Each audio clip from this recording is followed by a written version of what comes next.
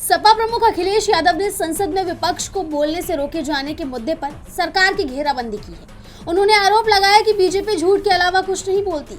चीनी घुसपैठ का मुद्दा उठाते हुए उन्होंने कहा कि 2014 से पहले भारत का क्षेत्रफल क्या था और अब क्या रह गया। चीन बहुत सेंसिटिव बॉर्डर है। अगर विपक्ष कोई बात रखना चाहता है तो उसे कम से कम सुने सरकार। समाजवादियों ने सुझाव दिया था कि ग्वालियर से लिपुलेख एक 6 लेन रोड बननी चाहिए, 4 लेन भी नहीं बनी। इनके उत्तर प्रदेश के नेता दिल्ली वालों को सलाम भी नहीं ठोकते, न नमस्ते करते। इनके अंदर ही इतना झगड़ा चल रहा है जिसकी आप कल्पना नहीं कर सकते। सदन तो सरकार नहीं चलाना चाहती है। अगर चीन का सवाल है तो 2014 से लेकर के अभी तक भारत का क्षेत्रफल क्या है बता दे भारतीय जनता पार्टी। सिर्फ इसी मुद्दे पर ही नहीं बल्कि उन्होंने भारत अमेरिका के बीच हुए व्यापार समझौते को लेकर भी सवाल उठाए हैं और कहा है कि बीजेपी को लगता है कि 18 = 0। बीजेपी समझाए कि 18 बड़ा है या 0। और उन्होंने इसी का उदाहरण देते हुए बीजेपी के राष्ट्रीय अध्यक्ष नितिन नवीन पर भी निशाना साधा। 18 बड़ा है कि 0? बीजेपी को लगता है 18 = 0। तो ये बीजेपी समझाए कि 18 बड़ा है कि 0 बड़ा है।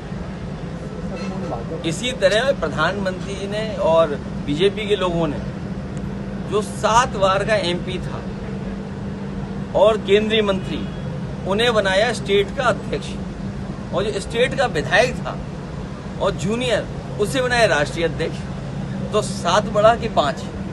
अखिलेश का हमला यही नहीं रुका बल्कि उन्होंने मेक इन इंडिया पर भी सवाल उठाया और तंज कसते हुए कहा कि सरकार का मेक इन इंडिया वाला शेर अब जंग खा चुका है। सपा प्रमुख ने सरकार के विरोधाभासों पर सवाल उठाते हुए कहा कि एक तरफ हवाई अड्डों पर मिलेट्स यानी मोटा अनाज के विज्ञापन लगाए जा रहे हैं तो दूसरी तरफ इसे विदेशों से आयात किया जा रहा है। अखिलेश यादव ने कहा कि जब बुनियादी मुद्दों पर बहस होती है तो भाजपा सावरकर जैसे विषयों को बीच में ले आती है ताकि इतिहास के पन्नों में उलझाकर आज की समस्याओं से ध्यान भटकाया जा सके।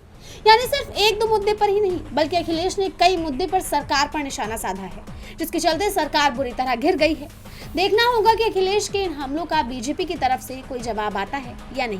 DB लाइव उत्तर प्रदेश की रिपोर्ट।